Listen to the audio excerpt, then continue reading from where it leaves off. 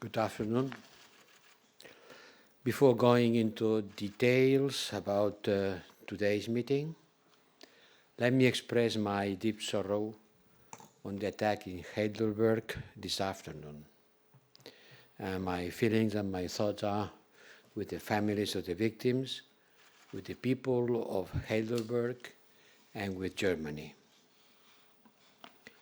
On the Foreign Affairs Council today, we had important topics, and we had been joined by two important guests. First, the United Nations Special Envoy for Syria, Geir Pedersen, for our discussion on Syria, and for the US Secretary of State, Anthony Blinken, for the discussion on Russia and European security. Let me start with this last point right away, because certainly it has been the most important point in the agenda. The most important takeaway is that we have reconfirmed our strong unity and our united approach on the challenges on European security.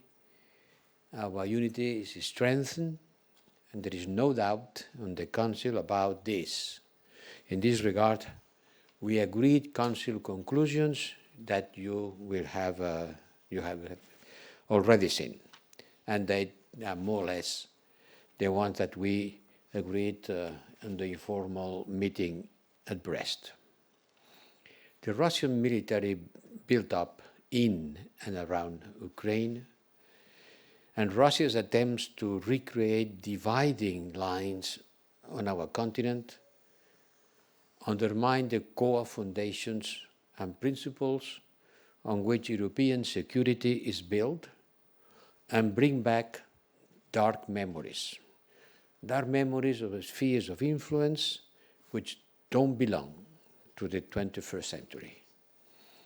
We reaffirm our full and unquestionable support to Ukraine, and that any military aggression against Ukraine will have serious consequences and massive costs for the perpetrator. We have had a long exchange with Secretary Blinken, and it was particularly useful to further assess the way ahead, jointly, the US and the European Union. And we will continue our very strong and close coordination with our partners, as we have been doing during this process. The European Union has not been absent of the negotiations, of the talks with Russia, because before and after each meeting we have been coordinating, discussing, informing together the US and EU. And I personally had phone calls and collective calls with the US and NATO in order to be completely aware of what's going on. There are three main elements that will guide our way ahead. First, our collective diplomatic efforts to convince Russia to take the path of dialogue will continue, even though the Russian rhetoric does inspire a lot of confidence. From this point of view, ministers have tasked me to continue coordinating the European Union position with all our key partners, notably US, NATO, and the OSCE chairmanship in office to ensure the effectiveness of our efforts. And we call on Russia to continue engaging constructively in established mechanisms such as the OSCE and the NATO-Russia Council. We must also continue to support the efforts to reactivate the Normandy 4 process and for the work of the trilateral contact group on the implementation of Minsk agreement. We will also continue engaging with our international partners to explain what is happening in Europe and Russian threats, and to try to clarify the disinformation that Russia is widespreading about these facts.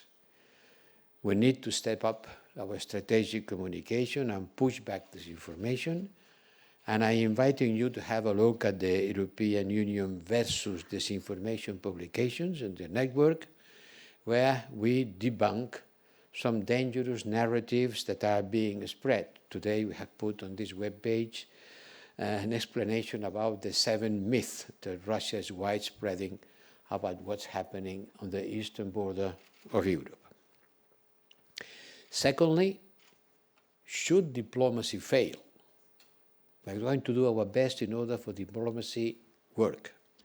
But should diplomacy fail, we are very well advanced in the preparation of responses to a potential Russian aggression. And certainly, it will be a quick and determined action with a strong unity, not only within the European Union, but also internationally. Thirdly, we must step up our efforts to enhance Ukraine and other partners' resilience. And there are concrete actions that we can take, that we are taking.